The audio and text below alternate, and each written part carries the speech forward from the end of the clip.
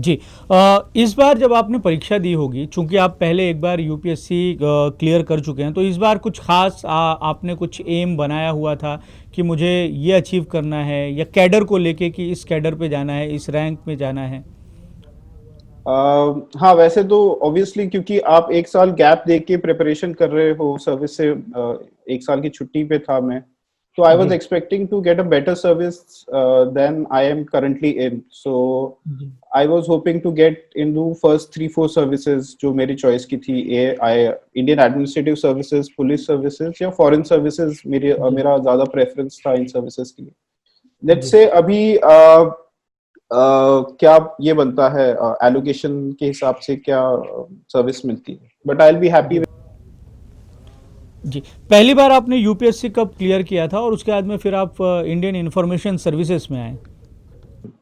सो जी। 2017 में मैंने जो एग्जाम थी यूपीएससी की वो क्लियर की, उसका रिजल्ट 2018 में आया। सो जी। आई थिंक 31 जुलाई टू 2018 में मुझे ये सर्विस एलोकेट हुई थी, इंडियन इंफॉर्मेशन सर्विस। आई जी। Join training in December 2018। उसके जी। बाद आई टुक अ year's gap and I was ji. preparing in Delhi, and for some time I was in, कुछ देर के लिए मैं नागपुर में भी था। मैं जी।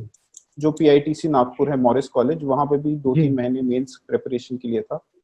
जी। सो और उसके बाद मैंने अभी सर्विस रिज्यूम की।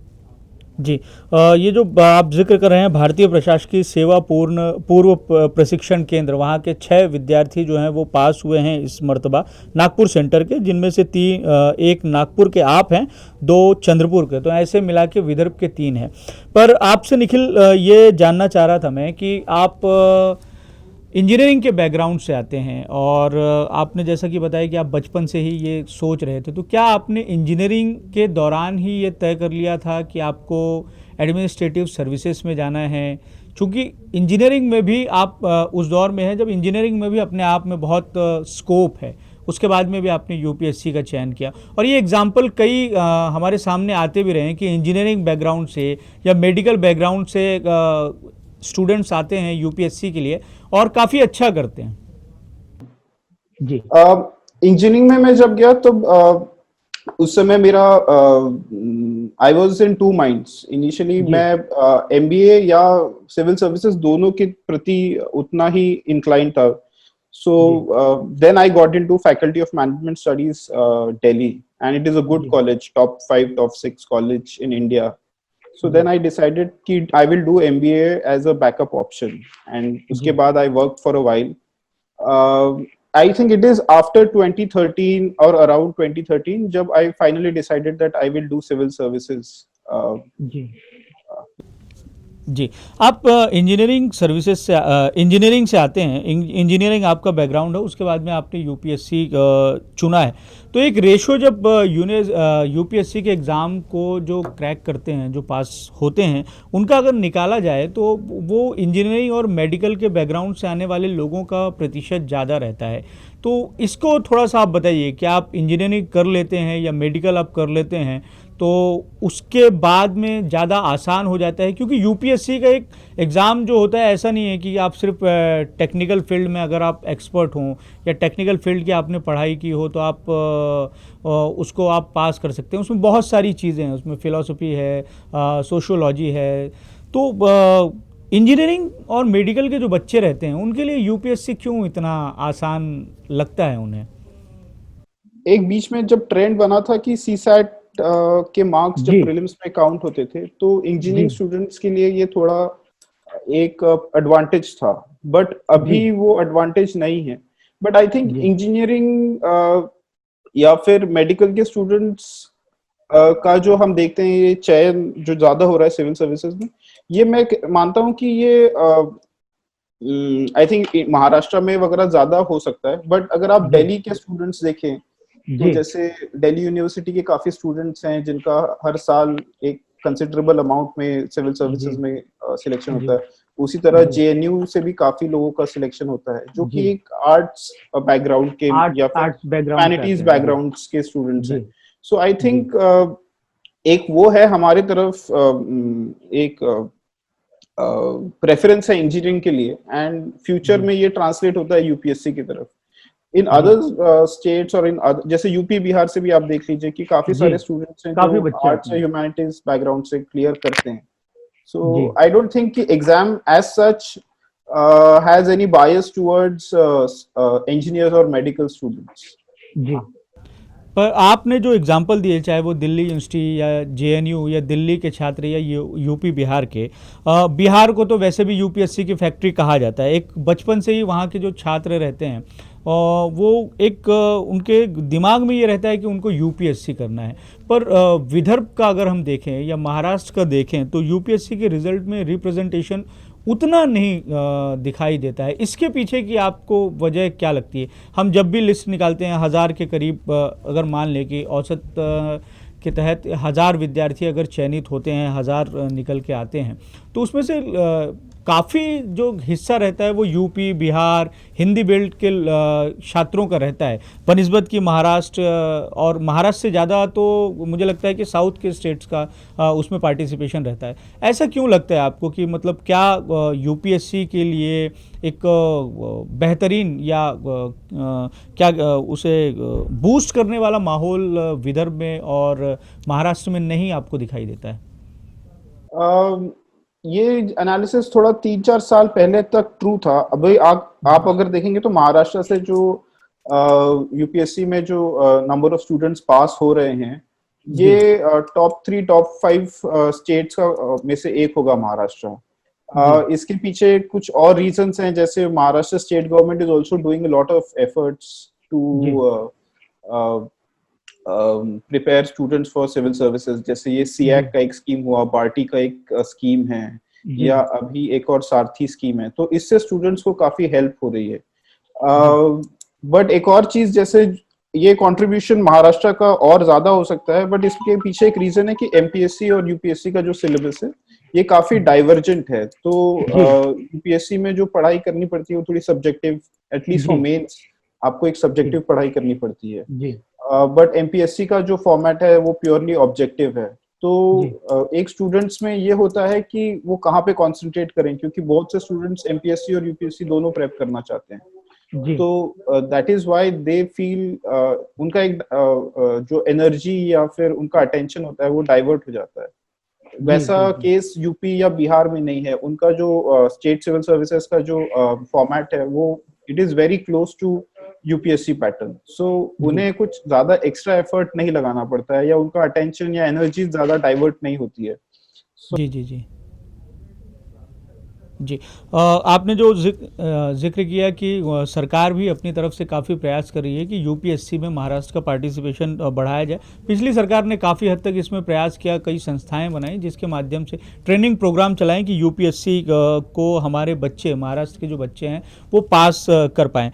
एक सवाल आपसे ऐसा है कि आप यूपीएससी के एग्ज़ाम तो हम सभी जानते हैं, मैं खुद दे चुका हूँ, मुझे पता है कि यूपीएससी के एग्ज़ाम कैसे रहती है। बच्चे होते हैं उनमें से 1000 वो चुनिंदा बच्चे होते हैं, वो ब्रिलियंट माइंड होता है जो सिलेक्ट होता है और जो एडमिनिस्ट्रेटिव सर्विसेज में आता है। उन 1000 में से आप उन लाखों लोगों में से अगर आप 1000 में भी जगह बना लें वो भी अपने आप में बड़ी बात होती है। आपने 2 बारी ये काम कर दिखाया है, तो ये कैसे किया आपने? आपकी स्टडी की स्ट्रेटेजी कैसे रही? मैं चाहूँगा कि आप इस पर विस्तार से बताएं ताकि जो विद्यार्थी हमारे विदर्भ के हैं जिनकी रुचि हो कि वो यूपीएससी की तरफ अपना रुझान करना चाहते हैं या जाना चाहते हैं, तो उन्हें एक मार्गदर्शन मिल सके आपके माध्यम से कि वो कैसे उस तरफ मूव हो सकते हैं। कोई बच्चा अगर 12वीं में है, वो ये सोचता है कि भविष्य में उसे यूपीएससी करना है, या कोई ग्रेजुएट हो या ग्रेजुएशन की पढ़ाई कर रहा हो या इंजीनियरिंग के बैकग्राउंड का हो, तो एक खाका अगर आप बता पाएँ कि किस तरीके से यूपीएससी की तरफ झुकाव रखा जा सकता है और उसे उस गोल को अचीव भी किया जा सकता है एग्ज़ाम को पास करके। जी, Sure. पहले तो मुझे आपने जो एक वर्ड यूज किया है, ब्रिलियंट स्टूडेंट्स या फिर ब्रिलियंट जी, पीपल, इससे मुझे जी, थोड़ा प्रॉब्लम है. आई थिंक ऐसा नहीं है कि यूपीएससी में अगर आपका हो जाता है तो आप ब्रिलियंट हैं, या ब्रिलियंट है तब आपका यूपीएससी में हो जाता है. Actually it is more to do with how much dedication and hard work के साथ, एक पेशेंस के साथ आप अपना काम करते हैं, एक गोल जी, ओरिएंटेड मैनर में आप किस तरह से यूपीएससी की प्रिपरेशन करते हैं. सो जी, मैं वो थोड़ा सा आपको उसमें करेक्शन करना चाहूंगा आपने जो जी, कहा जी, था. जी, दूसरा कि अगर आप एक अभी एस्पिरेंट है, न्यू एस्पिरेंट हैं, तो आपने क्या करना चाहिए? आई थिंक अगर आप ग्रेजुएशन में हैं या 12th में भी हैं, तो पहले तो आपके पास जो नियर टर्म गोल है, जैसे आपको ग्रेजुएशन जी, भी है या 12th है, वो तो आपको अच्छे से करना है। But if you are incline towards civil services, I would suggest कि आप सबसे पहले न्यूज़पेपर को पढ़ने की एक आदत बनाइए। जी, दूसरा है कि जो भी इश्यूज इंटरनेशनल, नेशनल या लोकल इश्यूज हैं, इनको अच्छे से समझे, इनकी एक पृष्ठभूमि क्या है, इनका मतलब इनके ऊपर क्या काम किया गया है या फिर क्या सॉल्यूशंस हो सकते हैं, इनके ऊपर एक ब्रेनस्टॉर्मिंग करना ज़रूरी है। थर्ड है कि आप खुद की पर्सनैलिटी कैसे इम्प्रूव करते हैं। जी, आप सिर्फ एकेडमिक ओरिएंटेशन में रखते हैं या फिर आपका एक्स्ट्रा करिकुलर्स में कुछ और भी रुचि है, जैसे आप कुछ खेलते हैं या फिर कुछ और शौक हैं आपके, मतलब जिससे आपकी एक जो पर्सनैलिटी है वो निखर के आती है, जिससे आपको एक यूपीएससी इंटरव्यू में जाने पर कॉन्फिडेंस मिलता है। सो दैट इज जी, देयर। एक तो है आपकी पर्सनैलिटी, दूसरा है कि एक आप अपना खुद को भी जान लेंगे कि आप किन चीज़ों में कॉन्फिडेंट हैं, और उससे आपको एक कॉन्फिडेंस आता है। जी, और ये भी है कि आप एक इंडिया में पिछले 4-5 साल या इनमें क्या एक्टिविटीज़ चल रही हैं, क्या इवेंट्स चल रहे हैं, इनका भी जी, आपको ज्ञान रखना ज़रूरी है। जी, Coming to the syllabus, I think whenever you start preparing for UPSC, it is important कि आप हमेशा you always stick to the syllabus. जी, जो बहुत बार ऐसा होता है कि हम कुछ टॉपिक पढ़ते हैं न्यूज़पेपर में, तो कुछ अगर कंट्रोवर्शियल होता है या फिर इवेंटफुल होता है, तो हम उसकी तरफ आकर्षित हो जाते हैं, उसमें काफ़ी टाइम स्पेंड कर देते हैं। जी, so every time we are studying, we should always be mindful कि ये एग्जाम में क्वेश्चन आ सकता है क्या, और आ सकता है तो इसका क्या आंसर हो सकता है। जब जी, तक ये हमारा सोचने का एक जो थॉट प्रोसेस है, वो जब तक हम अपना एक स्ट्रीमलाइन या रिफाइन नहीं करते हैं, तब तक एग्जाम में सक्सेस मिलना थोड़ा मुश्किल हो जाता है। एक जी, और जी, चीज़ है कि जब हम प्रिपेयर करते हैं, तो हमें एक अच्छा फ्रेंड सर्कल और मेंटरिंग नेटवर्क भी चाहिए। तो जी, हम किन से बात करते हैं, किनके साथ हम अपना समय गुज़ारते हैं, पढ़ाई पढ़ाई करते हैं, समय गुज़ारते हैं। जी, हाँ, तो जी, उनसे हमें क्या फीडबैक मिल रहा है, वो पॉजिटिव माइंडसेट के लोग हैं क्या? ये सब हमें जी, देखना है। जी, और एक और इम्पोर्टेंट चीज़ है कि डिसिप्लिन और पेशेंस के साथ जब भी हमें एक शेड्यूल बना के काम करना है, ठीक है? जी, तो आप डिसाइड कीजिए कि आपको कितने बजे उठना है, 2-2 घंटे की ब्रेक्स में आपको पढ़ाई करना है, एंड जी, ऑलवेज कीप वीकली और अ मंथली प्लान आपके पास, कि इस हिसाब से आप प्रोग्रेस करेंगे। एग्जाम के 50 दिन पहले तक आपका कितना प्रिपरेशन होना चाहिए, एग्जाम के 2 जी, हफ्ते पहले आपका क्या प्रिपरेशन लेवल होना चाहिए। जी, और प्रीलिम्स के लिए एक अलग स्ट्रैटेजी होती है, मेंस के लिए एक अलग स्ट्रैटेजी होती है। सो जी, दोज़ आर, वो तो काफ़ी माइनर चीज़ों में जाना हो जाएगा, बट कभी भी जब हम एग्ज़ाम के लिए जाते हैं, तो मेरा प्रिपरेशन करते हैं, तो मेरा स्टूडेंट से यही एक सजेशन होता है कि always count the number of days, कि एग्ज़ाम के लिए कितने दिन बाकी हैं। वो जी, जैसे अगर अभी प्रीलिम्स जो होगा सितंबर या अक्टूबर में, तो स्टूडेंट्स को जी, पता होना चाहिए कि कितने दिन हैं, क्योंकि वो उन्हें हमेशा एक एंकर देता है कि मेरे पास जी, लेट्स से 7 वीक्स है, 8 वीक्स है, मैं उस हिसाब से पढ़ाई करूंगा। सो जी, planning is also very important in civil services preparation. And जी, एक होता है कि हम खुद का एक ऑनेस्ट इवैल्यूएशन कैसे करते हैं, क्योंकि साल जी, में एक बार एग्जाम आता है, और जी, एग्जाम होने के बाद काफी दिनों बाद आपको मार्कशीट मिलेगी, जी, ठीक है? तो आप जब खुद का इवैल्यूएशन करते हैं, तो आप खुद के साथ कितना ऑनेस्ट हैं, ठीक है? जी, बहुत बार हम लोग खुद से अनकंफर्टेबल क्वेश्चंस नहीं पूछते हैं कि मैं इस समय ही क्यों पढ़ता हूँ, मैं जी, लेट नाइट क्यों पढ़ता हूँ, या जी, फिर ये सब जो होता है कि, तो एक ऑनेस्ट सेल्फ असेसमेंट करना काफ़ी इम्पोर्टेंट है, जी, because that will give you the path towards correcting yourself. अगर हम जी, ये नहीं करते हैं, तो एक लूप में चले जाते हैं कि हम फिर हर साल 5-10 मार्क्स से ही एग्ज़ाम मिस कर जाएँगे। सो जी, जो जी, अगर इस साइकिल से एग्ज़िट करना है, तो we have to be very जी। अ, जी, जी। अच्छा, एक सवाल ऐसा था कि यूपीएससी की पढ़ाई जो कर रहे हैं छात्र, उनको सिलेबस को लेके बड़ा कन्फ्यूज़न कभी-कभी दिखाई देता है, या किस वे में उनको पढ़ाई करना चाहिए, किस सब्जेक्ट पे ज़्यादा पढ़ाई करना चाहिए, या किस तरीके से पढ़ाई में आगे बढ़ना चाहिए, इसको लेके बड़ा कन्फ्यूज़न होता है। और ये कन्फ्यूज़न कहीं न कहीं जैसा कि आपने कहा कि समय बड़ा महत्वपूर्ण होता है, तो वो समय चला जाता है और पढ़ाई पढ़ाई इनकम्प्लीट रह जाती है। जो भी बच्चा एग्ज़ाम दे के आता है और जब वो उसे पास नहीं हो पाता है या फेल हो जाता है, तो उसके दिमाग में ये रहता है कि यार मैं पढ़ाई पूरी नहीं कर पाया।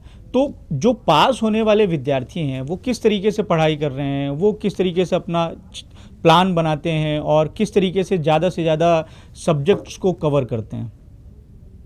सो मैं आपको इस साल का मेरा एग्जांपल देता हूँ, मैंने किस जी, तरह से पढ़ाई की थी। मैंने जी, जनवरी में स्टार्ट किया था एक पढ़ाई करना 2019 में। सो जी, January to March and I was मैं मेरा सिर्फ ऑप्शनल्स और न्यूज़पेपर्स कर रहा था, जी, ठीक है? उसी टाइम पे मैं अपना ऑप्शनल का टेस्ट सीरीज मैंने एक 7 या 8 टेस्ट्स का मॉड्यूल कंप्लीट कर दिया था। जी, उसके बाद स्टार्टिंग विद अप्रैल एंड मई, क्योंकि जून 2 को एग्जाम थी, तो उसके पहले 2 महीने पहले मैंने अपना प्रीलिम्स का पढ़ाई स्टार्ट कर दिया था। मतलब फुल टाइम प्रीलिम्स ही पढ़ रहा था। I was not doing my optional papers.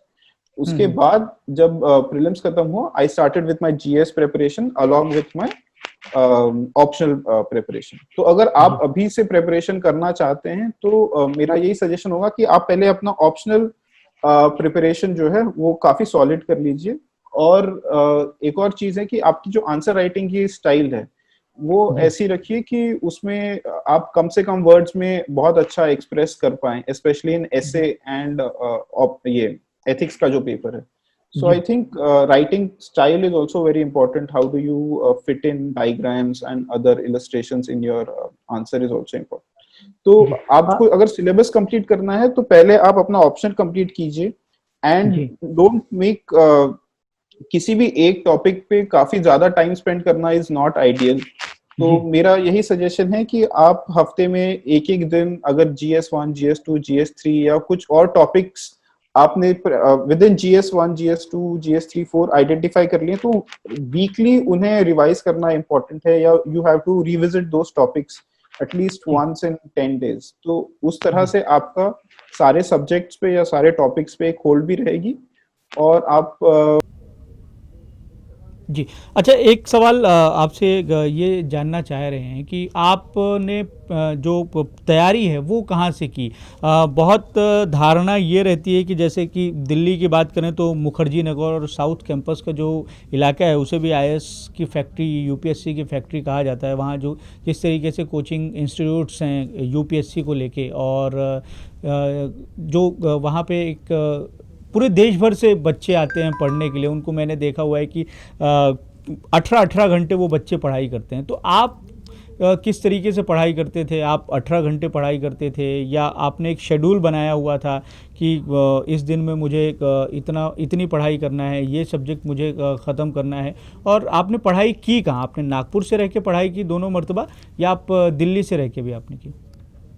मैं इनिशियली नागपुर से दिल्ली आया था पढ़ाई करने के लिए, बट मैंने कोचिंग नहीं की थी। मुझे दिल्ली जी, का जो एटमॉस्फेयर था पढ़ाई करने के लिए वो काफी ये लगा था। इट वाज वेरी जी, suitable for civil services preparation, plus यहाँ पे मटेरियल काफी इजीली मिल जाता है। जी, बट उसके बाद मैं नागपुर शिफ्ट हो गया था। नागपुर में राष्ट्रपिता ज्योतिबा फुले अभ्यासिका पे मैं पढ़ाई करता था। कुकड़े लेआउट में जो अभ्यासिका है वहां जाता था। जी, जी, बट हाँ, मोस्टली मैंने नागपुर से ही विदाउट कोचिंग प्रिपरेशन की है। जी, और 2017 में जब मैं क्वालिफाई हुआ तब मैं पीआईटीसी नागपुर में प्रिपरेशन करता था वहाँ की लाइब्रेरी में। जी, तो शेड्यूल वाइज मैं अभी इस साल जब मेरा सिलेक्शन हुआ है तो मैं करीब सुबह 8 या 9 के आसपास लाइब्रेरी पहुंच जाता था। वहां से जी, लंच तक 2-2 घंटे की शिफ्ट्स में मैं पढ़ाई करता था। बीच में एक टी ब्रेक कभी ले लिया उस तरह से। और दिन में मैं राइटिंग प्रैक्टिस करता था, और इवनिंग को एज मेरा डे जब खत्म होता था तो मैं न्यूज़पेपर जल्दी से 1 घंटे में कंप्लीट कर लेता। जी, करंट अफेयर्स बड़ा महत्वपूर्ण होता है यूपीएससी में। एक चलते चलते आपसे एक सवाल मैं जानना चाहूँगा कि आपके एक्सपीरियंस कैसे रहे, प्रीलिम्स का एक्सपीरियंस कैसे रहा, मेंस का कैसा रहा, और ख़ास तौर से इंटरव्यू जो सबसे हार्ड होता है उसका एक्सपीरियंस कैसे रहा? आपने क्योंकि करंट अफेयर्स की बात की, मैं ये एक धारणा है स्टूडेंट्स में कि करंट अफेयर्स का मतलब होता है कि 1 साल का करंट अफेयर्स। ये जी। जो मान्यता है ये थोड़ा गलत है। एक्चुअली जी। करंट अफेयर्स का जो डेफिनेशन या ड्यूरेशन है वो सिविल सर्विसेज के लिए अभी 3-4 साल तक की भी हो गई है। तो जी। आपको उस 3-4 साल का जो करंट अफेयर्स है या फिर इवेंट्स, ये सारे आपको ब्रॉडली उनका एक कॉज एंड इफेक्ट और उनमें क्या इम्पोर्टेंट ये है इंस्टेंसेस है वो पता रहने चाहिए। जी। प्रीलिम्स के लिए अभी मेरा एक सजेशन है कि बिफोर गोइंग टू प्रीलिम्स आप कम से कम 5 से 7 हजार क्वेश्चन सॉल्व करके जाएं, जी। जिससे कि आपको एक अच्छा प्लेटफॉर्म मिलेगा और इससे आपको एक अपना क्या स्ट्रेंथ्स हैं, क्या वीकनेसेस हैं, आप टाइम पे पेपर कंप्लीट कर पा रहे हैं कि नहीं कर पा रहे हैं, वो एक आपको अंदाजा आ जाएगा। जी। प्रीलिम्स में ही सीसैट और जो है डिफिकल्ट होता जा रहा है, तो इंजीनियर्स और even other students can not afford to take CSAT lightly. तो जी। दोनों पे कम से कम अगर आप फर्स्ट या सेकंड अटेम्प्ट में हैं तो मेरे हिसाब से 4 महीने डेडिकेटेड ओनली फॉर सिविल्स ये प्रीलिम्स देना चाहिए। जी। मेंस का भी जो पेपर है GS1 काफी अनप्रिडिक्टेबल है, तो उसके लिए आपको थोड़ा एक ब्रॉडर स्टोरी पता रहनी चाहिए सारे चीजों की, और उसमें आप अपने दोस्तों के साथ डिस्कस कर सकते हैं कि क्या क्या टॉपिक्स हैं। GS2 GS3 काफी करंट अफेयर्स प्लस थोड़ा स्टैटिक भी है इनमें, बट ये मोर और लेस मैनेजेबल टॉपिक्स हैं। जी। GS4 में आपको मेरे हिसाब से आंसर राइटिंग काफी अच्छी होनी चाहिए, क्योंकि क्वेश्चंस नए होते हैं और इस पे आप कितने अच्छे से अपने आंसर या अपने जस्टिफिकेशंस या आर्गुमेंट्स पुट आउट कर सकते हैं, that is very important. Ji. Uh, जी, जी। चलते-चलते एक आपसे आखिरी सवाल मैं जानना चाहूँगा कि आप हमारे एक जो छात्र जो देख रहे हों, उनके लिए बता दीजिए कि स्टडी वो कैसे करें? वो ग्रुप स्टडी करें तो ज़्यादा बेहतर होगा या अकेले में स्टडी करें तो वो ज़्यादा बेहतर होगा? और एक सवाल ये है कि आपकी जो रैंक आई है, आप उससे संतुष्ट हैं? और क्या उम्मीद आप करते हैं कि आप अब किस सेक्टर में आप सर्विस देंगे? जी, मैं एक तो सवाल ये था आपसे कि जो स्टडी है, जो छात्र स्टडी करना चाहें वो किस तरीके की स्टडी करें तो उन्हें ज़्यादा बेनिफिट होगा। कई लोग ग्रुप स्टडी को प्रेफरेंस देते हैं, कई लोग अकेले ही चीज़ों को प्लान करते हैं और स्टडी करते हैं, तो इसमें दोनों में से बेटर ऑप्शन क्या रहेगा? बेटर ऑप्शन यही रहेगा कि आप let's say 80% of the time आप इंडिविजुअली स्टडी कीजिए, बट बहुत जी। बार ऐसा होता है कि आपके फ्रेंड्स, आप तो सारी न्यूज़पेपर्स नहीं पढ़ सकते हैं या आप सारी किताबें भी नहीं पढ़ सकते हैं, तो इस केस में या फिर आपका एनालिसिस भी परफेक्ट नहीं हो सकता है, तो इस जी। केस में जब आप इस केस में ग्रुप स्टडी भी कर सकते हैं, बट ग्रुप स्टडी का ये मतलब नहीं है कि आप साथ में बैठ के किताब पढ़ रहे हैं। इसका जी। मतलब ये होता है कि आप डिस्कस करेंगे, आप पढ़ेंगे जी। अकेले ही, बट उसके बाद आप डिस्कस फ्रेंड्स के साथ करेंगे, उनके साथ उनके व्यूज देखेंगे, तो जी। इसे मैं कहता हूँ, या फिर इंफॉर्मेशन शेयर करेंगे कि यहाँ जी। से ये पढ़ सकते हैं, वहां से वो पढ़ सकते हैं, दैट इज इट। जी। बट आप साथ में बैठ के पढ़ाई करना थोड़ा काउंटर प्रोडक्टिव होगा अगर जी। आपके पास डिसिप्लिन नहीं है। जी। और मैं ये भी आप सजेस्ट करूंगा कि घर पे बैठने से अच्छा है कि आप किसी लाइब्रेरी में जाके लाइब्रेरी में। पढ़ें। हाँ, क्योंकि वहां थोड़ा जी। आप डिसिप्लिन्ड आप पढ़ाई। जी, आपकी जो रैंक आई है, आपको क्या लगता है कि इस रैंक की वजह से आप उस सर्विस में जा सकते हैं जहां आपकी इच्छा थी काम करने की, या कैसा परफॉर्मेंस आप खुद का देखते हैं? थोड़ा आई वुड हैव प्रेफर्ड कि और अच्छा रैंक हो, but I am satisfied with 733 rank. जी। बट अभी तो मैं नहीं बता सकता हूँ कि मुझे क्या सर्विस मिल्स एलोकेट हो सकती है, जी। बट सो लेट्स सी और 2-3 हफ्ते में क्या सर्विस। जी। एक आखिरी सवाल का जवाब दे दीजिए, उसके बाद में हम आपसे विदा लेंगे कि आपने 2-2 बार यूपीएससी की परीक्षा पास की है। घर वालों की किस तरीके की प्रतिक्रिया है? घर वाले काफ़ी खुश हैं। जी। This year because I had taken leave तो there were expectations and hmm, I think they were उन्हें भी पता था कि ये होगा करके सिलेक्शन होगा। It was only a matter जी, ऑफ रैंक। सो जी, अभी तो मैं दिल्ली में ही हूँ। मेरी ज़्यादा बात हुई नहीं है घर पे। सो आई एम थिंकिंग जी। कि मैं 1-2 हफ्ते में नागपुर आके कुछ उनके साथ सेलिब्रेट करूँ। चलिए, आपने हमसे एक बात करने के लिए समय निकाला, आपका बहुत-बहुत धन्यवाद और भविष्य के लिए निखिल जी आपको बहुत-बहुत शुभकामनाएँ।